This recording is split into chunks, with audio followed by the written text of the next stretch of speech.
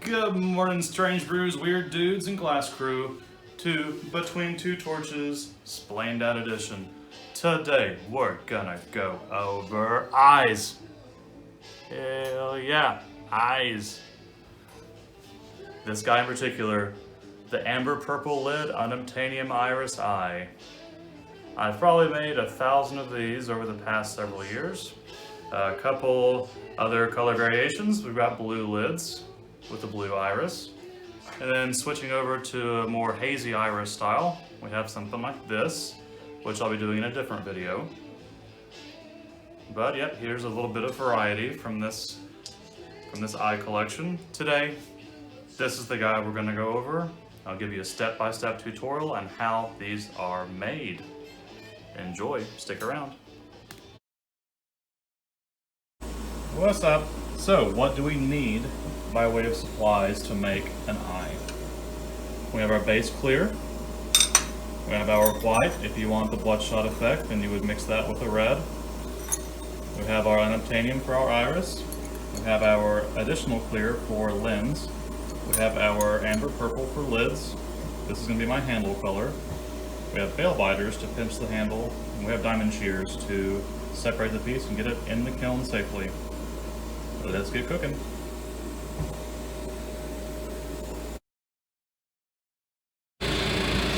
Let us begin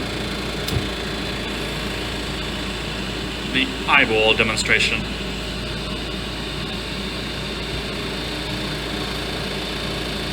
Get lit. Alright.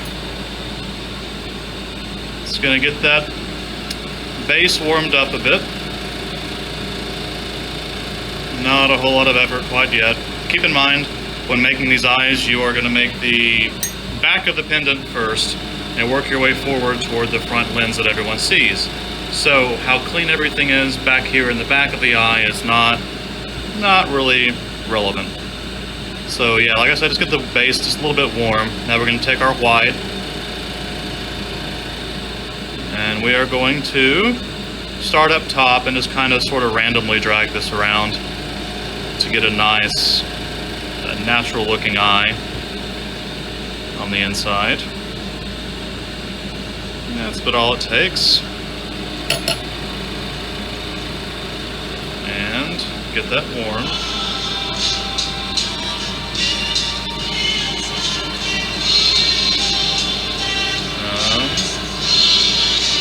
As that warms up,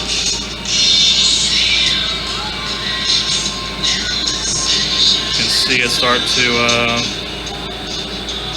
get all melted in. I use my little marble mold and I press down to get a nice round shape to start with. And it's time for our iris.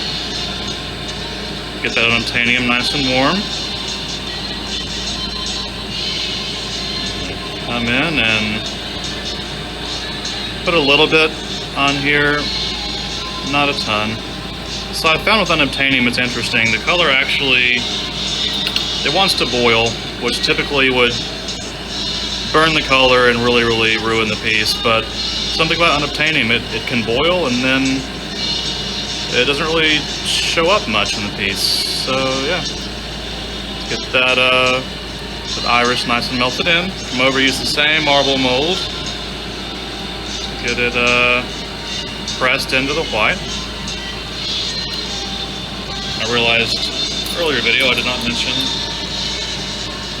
the pupil color, so we're going to use a small black rod.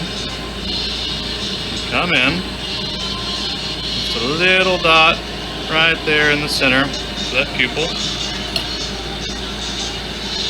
Heating this in can be a bit of a trick because black does want to boil and leave bubbles, so you sort of have to heat around the perimeter of the iris to keep from really cooking the black too much.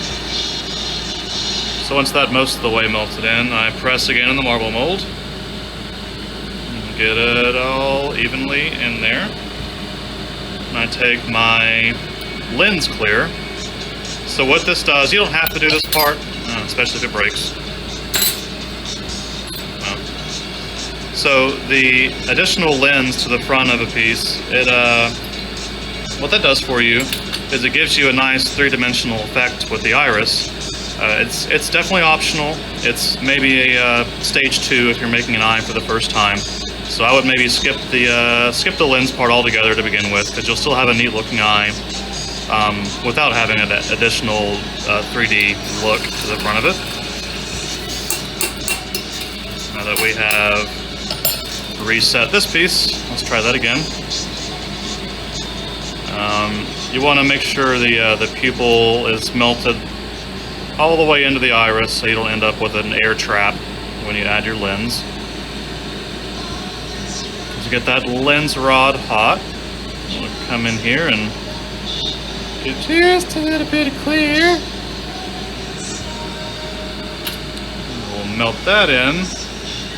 And when you melt this in, you really just want it to melt to the edges of the iris. You don't really want it to melt past the iris so much, because that will kind of lose the effect you're trying to achieve with this extra dimensional part.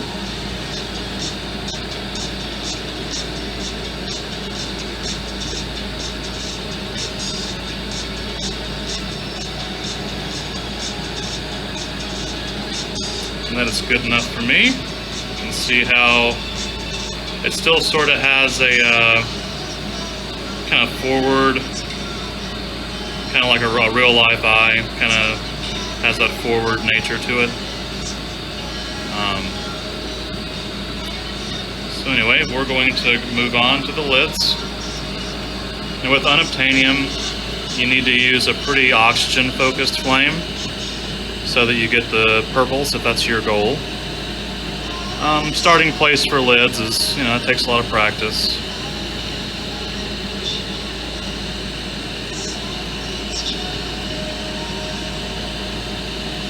It's always what it's about with eyes. The first, gosh, I don't even know how many I made where the lids just looked rough.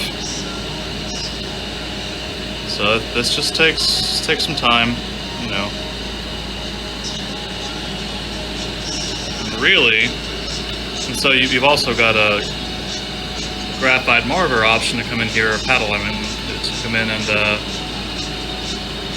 kind of encourage these lids to go in the directions you want them to.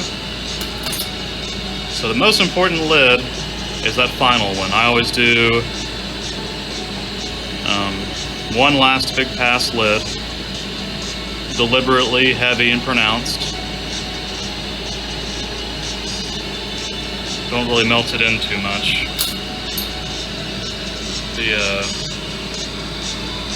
Kind of get the corners down.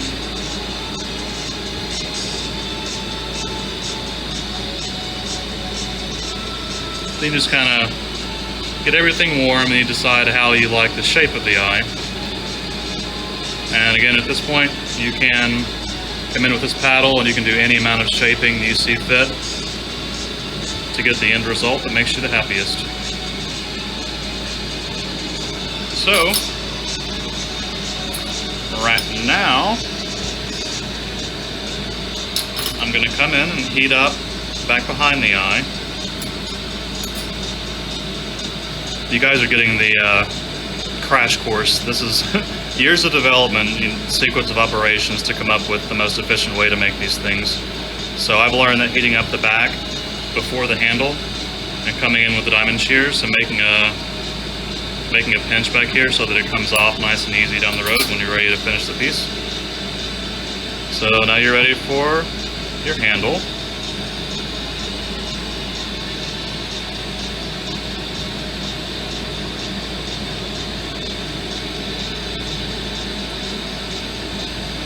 As we do, make a little gather of glass here on top of the piece.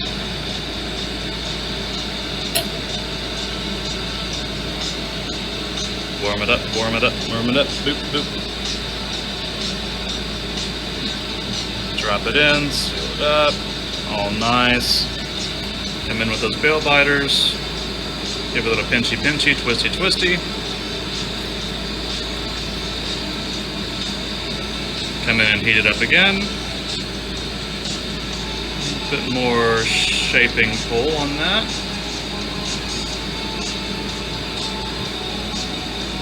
And yeah, we are basically done with our eye.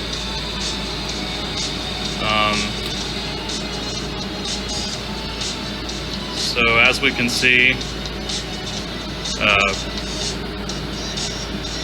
the lid's not very low on this one. Everyone has kind of a preference what type of eye they like to see. Some people like a big, heavy, low lid. Some like more natural looking lid. But either way, this one's more of a natural lid look. So, off screen, tapping the rod to separate the eye from the rod. We're going to heat the back of the piece.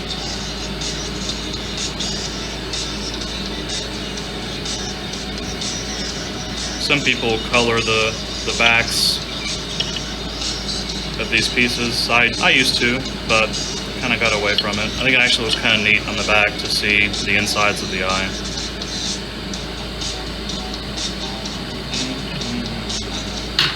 Alright, so you kind of have a finished eye. I noticed there's a little bit of misshapenness I'm not thrilled with right here. In here and push that down like it never happened. Come in with a pretty aggressive flame. Another little trick here to burn the silver residue off the lens, because working with reducing colors, you'll end up with silver on the lens and it clouds everything up. Yeah, we'll show you what it looks like when it's all cool. Thank you.